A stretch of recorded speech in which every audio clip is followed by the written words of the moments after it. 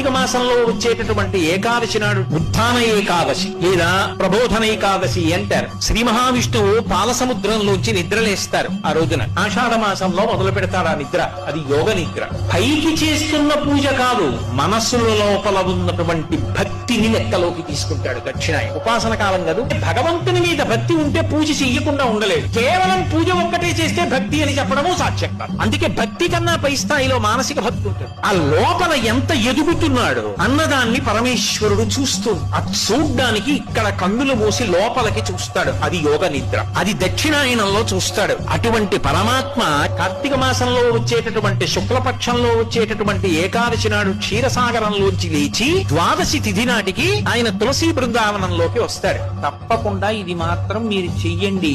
చెయ్యడం చేత మీరు ప్రత్యేకంగా కోరకపోయినా మీ మనసులో ఏది ఉంటుందో అది తీరుతుంది అని చెప్తాయి శాస్త్రాలు.